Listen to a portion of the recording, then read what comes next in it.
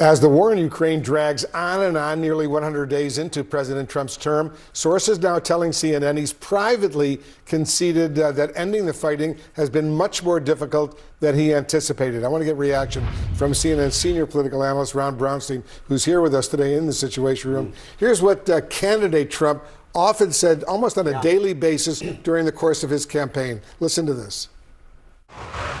If I'm president, I will have that war settled in one day, 24 hours. That is a war that's dying to be settled. I will get it settled before I even become president. Before I even arrive at the Oval Office shortly after we win the presidency, I will have the horrible war between Russia and Ukraine settled. I will have the horrible war between Russia and Ukraine settled. I will get it settled quickly. I will have the horrible war between Russia and Ukraine settled.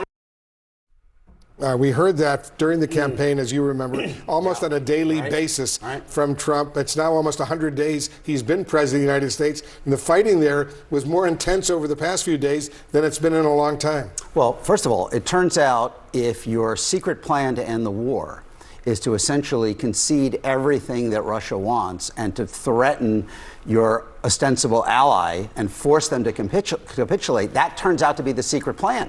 And you have Ukraine as well as the Europeans essentially saying, well, if that's your plan, obviously we can't accept that. I think what he's seeing in Ukraine, he said similar things about a trade war with China.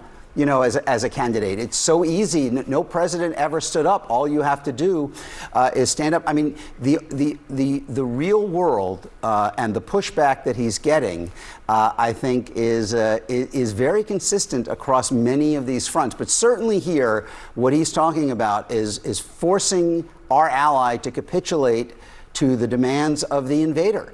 And that really isn't much of a deal. It's hard to even call that a deal. It's something else. And he now says, he insists that all of those statements he made during the campaign about ending the war on day one were simply statements made in jest, his words. Yeah, well, look, Trump walks away from responsibility, quite easily, but he can't walk away from responsibility on this, Wolf. And I think this is a case where beware of what you wish for.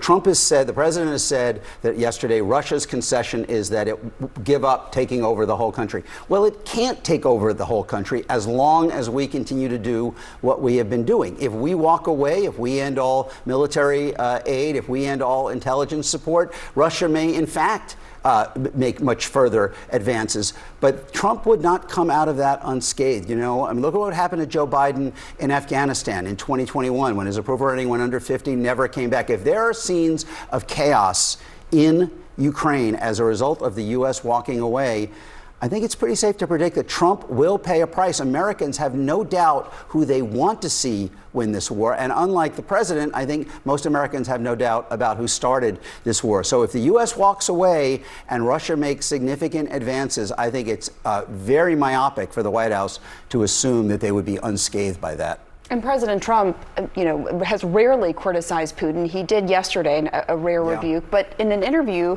that just came out from Time magazine, we've been talking about the president once again blamed Ukraine's NATO aspirations for starting the war, criticized Zelensky. Why is he so much harsher on Zelensky than Putin, you think?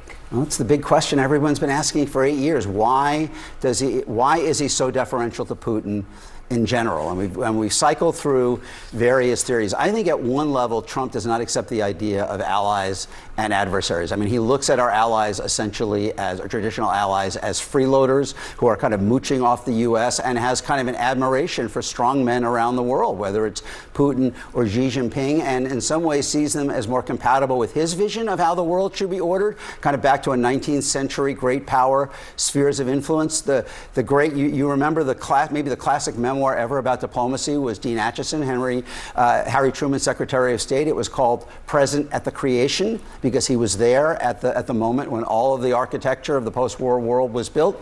I think in many ways what we're watching, particularly in these last few days, is that we are present at the destruction of that order, that international U.S.-led order that came out of World War II. The actions that Trump is taking is making it very clear that world simply doesn't exist. The Europeans understand it, and I think Putin understands it. And it is just the end of an era where the U.S. was, as Madeleine Albright said, the indispensable nation. Good point. I was there in Moscow when the then Soviets, Gorbachev signed the agreement ending the Soviet Union, giving independence to all the former republics of the Soviet Union, including Ukraine. And it was an optimistic moment that sadly has deteriorated over these years. I want to get your thoughts while I have you run on this controversy surrounding the Defense Secretary, Pete Hegseth. What do you make of Trump sticking with him right now, and are there political risks that carries? Well, look, yes, there are risks, but I think he is sticking with him because I think Trump believes backing down in any way to critics, particularly from the left and the media, is a sign of weakness. In many ways, the fact that he has been able to prevent meaningful Republican complaint about Hegseth's behavior is a sign of just how strongly his foot is on the neck of the party. I mean, it's just inconceivable. I mean, think about what Republicans in Congress were doing over Hillary Clinton's emails, and now you have a situation where he is sharing attack plans on, through unsecure means. The fact, I look at this as kind of a litmus test, as a canary in the coal mine of just how far he can push Republicans in Congress to accept things that they never imagined in the past that they would have had to. And at the moment, the answer is pretty darn far. It's pretty amazing what's going on. Yeah. All right, Ron Brownstein, thank you so much.